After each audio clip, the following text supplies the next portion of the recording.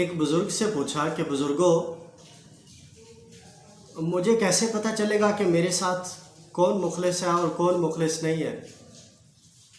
تو بزرگوں نے فرمایا، بیٹا جب آپ کے ذہن میں یہ بات آئے نا تو فوراً اپنے گریبان میں جھانکنا، جتنوں کے ساتھ تم مخلص ہو اتنے ہی تمہارے ساتھ مخلص ہوں گے۔ تو آدمی کہنے لگا وہ کیسے؟ فرمایا تم نے مثال نہیں سنی کہ جو جیسا کرے گا وہ ویسا بھرے گا۔ آج اگر تم کسی کے ساتھ مخلص ہو تو کل تمہارے ساتھ بھی وہ مخلص ہوگا، اور اگر آج ہی تم کسی کے ساتھ مخلص نہیں تو پھر وہ بھی تمہارے ساتھ مخلص ہو سکتا نہیں۔ جو جیسا کرے گا وہ ویسا بھرے گا۔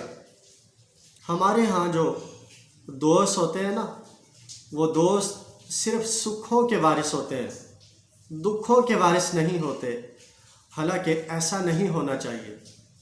سکھوں کے وارث یا دکھوں کے وارث نہیں، سکھوں کے بھی وارث اور دکھوں کے بھی وارث ہونا چاہیے۔ آئیے اسی ضمن میں ایک بڑا خوبصورت واقعہ میں آپ کو سناتا ہوں، جس سے ہمیں بہت زیادہ سبق حاصل ہوگا۔ دو شخص آپس میں پارٹنر تھے، مل کے کاروبار کیا کرتے تھے، اور دونوں کا یارانہ بھائی چارہ ایسا بہترین تھا کہ لوگ ان کی مثالیں دیا کرتے تھے۔ ہوا کیا کہ ایک دن ایک کا انتقال ہو گیا تو دوسرے نے بڑا شور کیا، بڑا واویلا کیا۔ لوگ اسے غسل دینے کے لیے آئے تو اس نے منع کر دیا۔ اس نے کہا میں غسل کرنے کی اجازت نہیں دوں گا۔ کہا کیوں؟ تو کہنے لگا کہ یہ جو مرنے والا ہے نا، یہ میرا دوست تھا اور 45 لاکھ روپیہ اس کے سر پہ قرضہ ہے، وہ اس نے میرا دینا تھا۔ اگر تم دو تو میں تمہیں اسے غسل دینے کی اجازت دیتا ہوں۔ نہ غسل دینے کی اجازت دوں گا، نہ جنازہ پڑھنے کی اجازت دوں گا، اور نہ ہی اسے دفنانے کی اجازت دوں گا۔ ہاں اگر تم چاہتے ہو کہ اجازت دوں تو پھر میرا 45 لاکھ روپیہ اس نے دینا ہے، آپ دے دیں تو میں اجازت دے دیتا ہوں۔ اب مرنے والے کے 4 بھائی بھی تھے اور مرنے والے کے 3 بیٹے بھی تھے۔ 4 بھائی کہنے لگے ہمارے بھائی نے ہمیں تو کبھی نہیں بتایا کہ میں نے اپنے دوست کے 45 لاکھ روپے دینے، 1 2 3 لاکھ کی بات ہوتی تو ہم کچھ کر لیتے۔ اسی طرح 3 بیٹے بھی کہنے لگے کہ ہمارے ابو نے ہمیں کبھی نہیں بتایا کہ میں نے اپنے دوست کے 45 لاکھ روپے دینے، اگر ہمیں بتایا ہوتا تو ہم ضرور دیتے، لیکن چلیں آپ اگر کہتے ہیں تو ہم تحقیق کریں گے، اگر ثابت ہو گیا تو آپ کو پیسے دیں گے۔ لوگ جمع ہو گئے دیکھنے کے لیے کہ اب ہوتا کیا ہے۔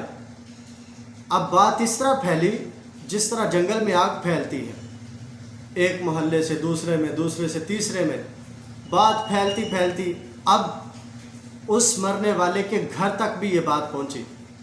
اس کی ایک بیٹی تھی، تو اس کی بیٹی کو جب یہ بات پتہ چلی تو اس نے فوراً اپنے زیورات اتارے اور اپنے بھائی سے کہا کہ یہ زیورات لے جاؤ اور میرے جو ابو کے دوست ہیں نا انہیں جا کے پیغام دو، انہیں کہو کہ یہ کچھ زیورات ہیں، یہ رکھ لو اور باقی کے حساب کر کے پیسے بتا دو، باقی کے جو پیسے بچتے ہیں میں وہ بھی جلدی دے دوں گی، لیکن میرے ابا کی لاش کو بھرے مجمع میں اس طرح رسوا نہ کرو، کیونکہ میرے ابا کی رسوائی مجھ سے دیکھی نہیں جاتی۔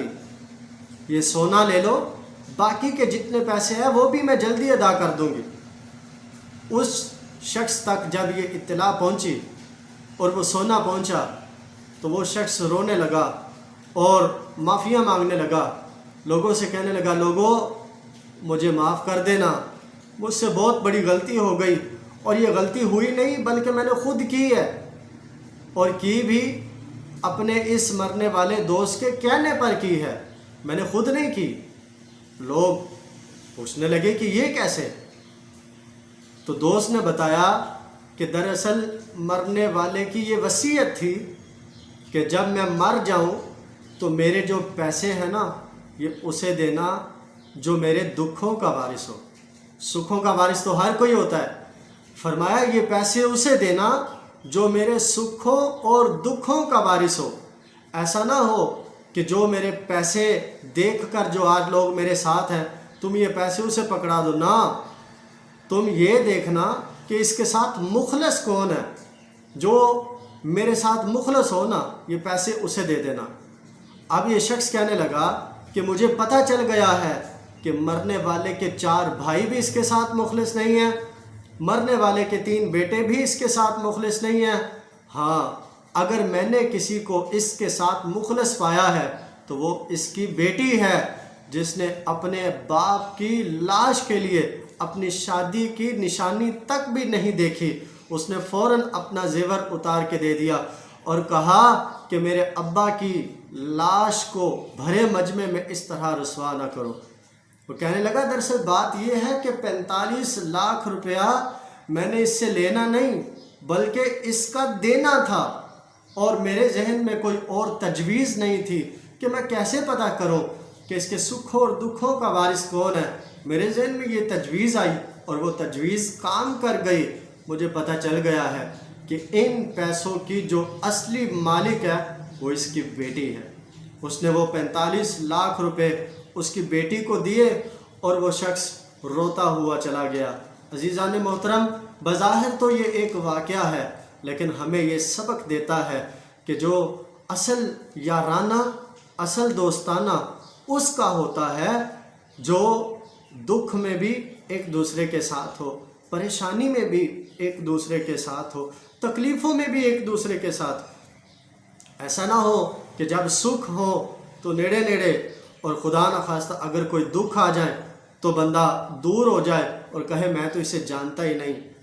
تو ہم وارث بنتے ہیں سکھوں کے۔ اصل یارانہ اس کا نہیں ہوتا جو سکھوں کا وارث ہو، اصل یارانہ تو اس کا ہوتا ہے جو دکھوں کا بھی وارث ہو، جو تکلیفوں کا بھی وارث ہو، جو پریشانیوں میں بھی ایک دوسرے کے ساتھ جم کے کھڑا ہو۔ وہ کسی نے کیا خوب کہا کہ وہ تیری آنکھ ہو یا سنگ ملامت کی چبھن، کون پہنچا ہے میرے درد کی گہرائی تک، دور شہرت میں تو کیا یاروں نے یاد بہت، پر ساتھ آیا نہ کوئی کوچہ رسوائی تک۔ اور میاں محمد بخش صاحب رحمۃ اللہ تعالی علیہ، اللہ پاک ان کے مزید درجات بلند فرمائے، آپ فرماتے ساری عمر ہی آٹا گنے تے لکھاں کتے نہیں پیڑے، اوکھا وقت آیا محمد بخشا تے کوئی نہیں بیٹھا نیڑے۔ عزیزان محترم، دکھوں کے وارث کوئی نہیں بنتا، سکھوں کا وارث ہر کوئی بننا چاہتا ہے۔ ایسا نہیں ہونا چاہیے۔ جب آپ کسی کے ساتھ دوستی یا رشتہ نبھانا چاہیں پھر اس کے غم میں اور خوشی میں برابر کے شریک رہنا چاہیے۔